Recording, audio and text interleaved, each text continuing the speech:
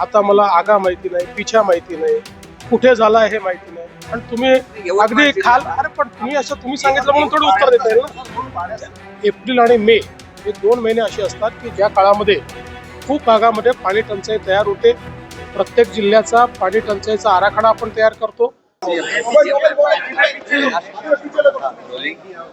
CM साहेब नाशिकमध्ये जे गुन्हे दाखल झाले त्यात शहरातील महाविकास आघाडीचे अनेक आरोपी आता खरं म्हणजे नाशिकमध्ये अतिशय सुनियोजित पद्धतीनं दंगल घडवण्याचा प्रयत्न झालेला आहे.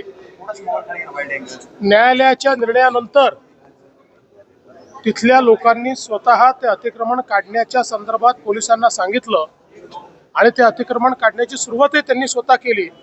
त्याच वेळी ही सगळी जी मंडळी दंगलीमध्ये दिसत आहेत या मंडळींनी जाणीवपूर्वक त्या ठिकाणी दगडफेक केली, जाणीवपूर्वक त्या ठिकाणी दंगा तयार केला आणि म्हणूनच त्यांच्यावर कडक कारवाई जी आहे ती करण्यात येते. पाणी टंचाईचा विषय संजय राऊत म्हटलं सरकारची अनास्था आहे त्यामुळे पाणी टंचाई. कोण संजय राऊत?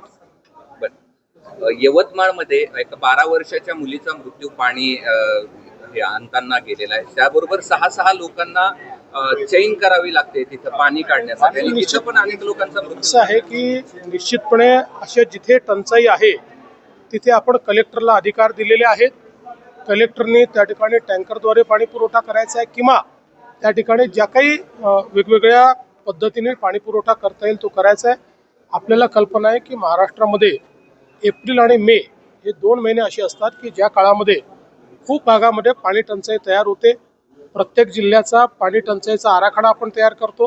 त्या आराखड्यानुसार ज्या ठिकाणी टंचाई होणार आहे त्या ठिकाणच्या उपाययोजना या ठरवायच्या असतात. त्याच्याकरता जिल्हाधिकाऱ्यांच्याकडे आपण निधी देखील उपलब्ध करून देतो.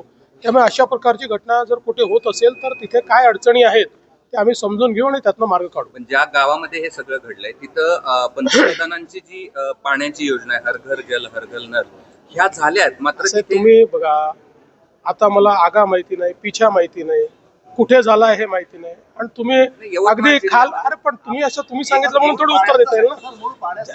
मुळामध्ये मी तुम्हाला उत्तर दिलेलं आहे की जिथे कुठे प्रॉब्लेम असेल तो प्रॉब्लेम सॉल्व्ह करू आपण.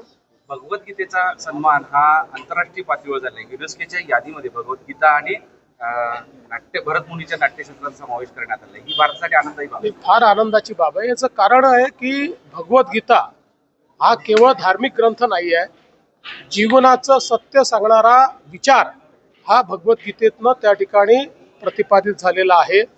आणि आपलं जे नाट्यशास्त्र आहे हे अतिशय प्राचीन आहे.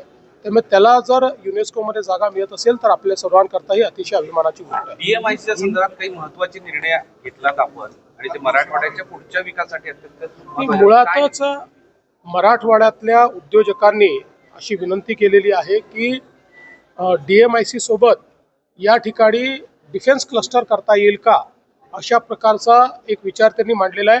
निश्चितपणे आम्ही तो पडताळून पाहतो आणि तो शक्य असेल तर आम्ही जरूर करू. हिंदी भाषा लादू नका, सक्ती करू नका असं अनेक साहित्य याच्यावर मी परवाच बोललेलो आहे. संमेलन मी त्याच्या संदर्भात पहिलेच बोललेलो आहे. महाराष्ट्रामध्ये मराठी भाषा ही कंपल्सरी आहे. सर्वांना मराठी भाषा अनिवार्य आहे. मराठी भाषा शिकलीच पाहिजे. त्याच्यासोबत दुसरी कुठली भाषा शिकायची असेल तर ती भाषा शिकता येते. आणि मला कधी कधी आश्चर्य वाटतं की हिंदीला विरोध आणि इंग्रजीला का नाही. इंग्रजीला पालख्या आणि हिंदीला विरोध हे कुठला विचार आहे. त्यामुळे मराठीला जर कोणी विरोध केला तर आम्ही सहन करणार. संभाजीनगर